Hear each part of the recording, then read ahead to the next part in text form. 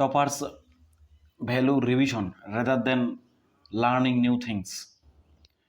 They focus on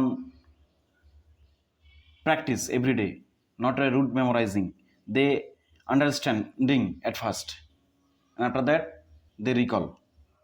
Hello friends, myself Liton. I am going to explain about the 5 hacks, 5 tips to become a topper in board examination. Hello, myself Liton. আমি লিটন, তোমরা দেখছো Liton insight. আশা করি প্রত্যেকে ভালো আছো।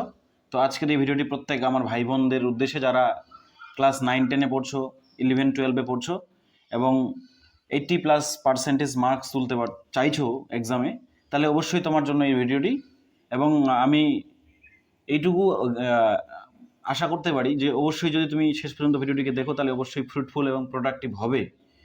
এবং যদি তুমি এই টিপসগুলোকে ফলো করো, এই যে টার্মস অ্যান্ড কন্ডিশন যদি বলি আমি, তাহলে সেক্ষেত্রে টার্মস অ্যান্ড কন্ডিশনের মধ্যে টিপসগুলোকে ফলো করতে হবে, তাহলেই তুমি আলটিমেটলি একটা ভালো মার্কস পরীক্ষা যায় তুলতে পারবে।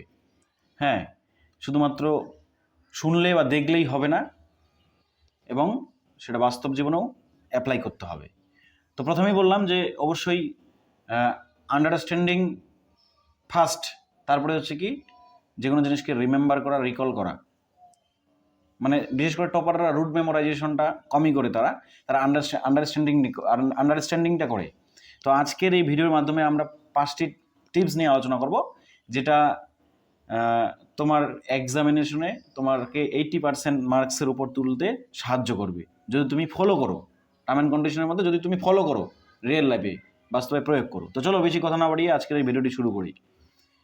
তো ফার্স্ট টিপস যেটা, অ্যাক্টিভ রিকল বা active remember, active understanding. It means আমরা যে কোনো একটা বিষয়ে সারাংশ পড়লাম, যে কোনো কিছু, এটা বাংলা হোক বা ইংরেজি হোক, যে কোনো সামারি বা থিম বা পোয়েট্রি বা কবিতা বা পোয়েম বা পোয়েট্রি পড়লাম, সেক্ষেত্রে আমাদের প্রথম যেটা পয়েন্ট সেটা বুঝতে হবে ভালো করে। এই যে পয়েন্টটা বললাম, active recall, remember and understanding, ঠিক আছে? মানে সক্রিয় স্মৃতিচর্চা যেটাকে বলি, ঠিক আছে? সারাংশটাকে ভালো করে বুঝতে হবে এবং বুঝার পরে সেটাকে নিজেই মনে করতে হবে, বুঝে সেটা নিজেই মনে করতে হবে। ফর এক্সাম্পল, বাংলার একটা আমি পড়লাম, ঠিক আছে, বাংলা ভাষার বিজ্ঞান। এবং বাংলা ভাষার বিজ্ঞান, এই গল্পের মধ্যে লেখক দুটো বিজ্ঞানের কথা এখানে বলেছে। প্রথমত যারা সাধারণত কি পড়াশোনা কম করেছে তাদের জন্য, এবং দ্বিতীয়ত যারা হচ্ছে কি